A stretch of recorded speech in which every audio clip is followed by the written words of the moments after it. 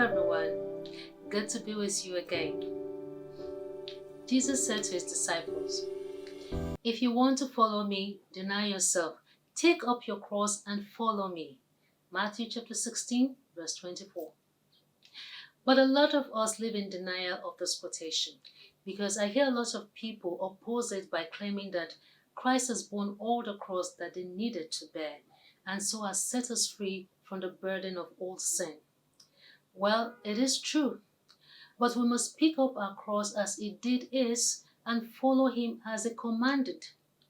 This is so that the cross he bore may not be in vain if we did not partake in it with him.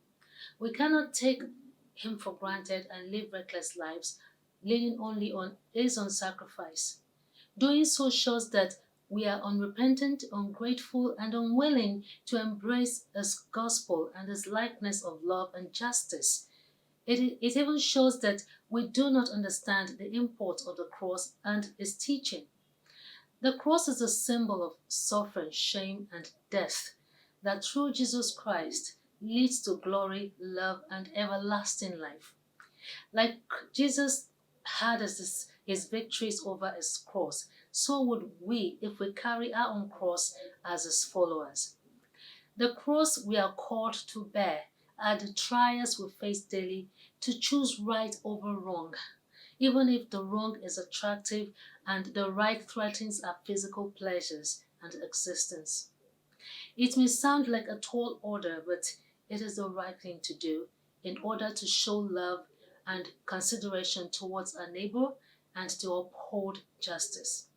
In today's society, a lot of the morals and virtues we once upheld in the past have been jettisoned for all manner of corrupt practices, excused as being smart or a survival instinct. But these questionable behaviors only reflect the selfishness, greed, bitterness, and lack of love and concern for the troubles of our neighbors. We consciously lock up our conscience in this regard and mock those who uphold the right behavior as being naive and stupid. Jesus continued to say to his disciples in this chapter, "For whoever chooses to save his life will lose it, but the one who loses his life for my sake will find it." This is verse 25. We choose to be righteous for Christ's sake and none else. That choice may cause the worldly to condemn us in every way they may configure, but we will be elevated above their contempt to experience true life of the fruits of the God's Spirit, which are peace, joy, love, tranquil, patience, and more that are greater than the physical pleasures that the worldly are limited to.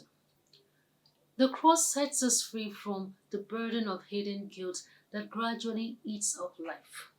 And Christ further said, "What will one gain by winning the whole world if he destroys himself? There's nothing you can give to recover your own self." This verse 26. So why bother choosing to do wrong and bear a heavy burden of guilt in order to be acceptable to some fellow worldly persons, when the right choice, even if it seems disastrous, will free your heart and soul? For instance, a lot of government ministries, if not all, are corruption-ridden because of neglect and rot passed down from the top. And in order to survive the economy or retain jobs, the workers either voluntarily or are forced to comply with the corrupt practices. If you are in this position, what will you do? Well, a lot of people choose to waste their opportunities to do good by negligibly doing bad. And a lot others turn offices of service into dens of ripping off and inflicting greater pain on the public they are supposed to add values to in the various capacities they are placed in. They get selfish in their thoughts, giving no thought to the pain of others and the greater loss that their corruption causes, not only to their clients, but also to themselves and the general good by extension and on the long run. All this because the selfish self does not want to suffer and beg for food, and so will not carry their cross to say no to corruption, so as to pocket the public's money for their survival and greed, but to the detriment of the public. But the chapter continues. Jesus added that know that the Son of Man will come in the glory of his Father with the holy angels, and he will reward each one according to his deeds. Verse 27.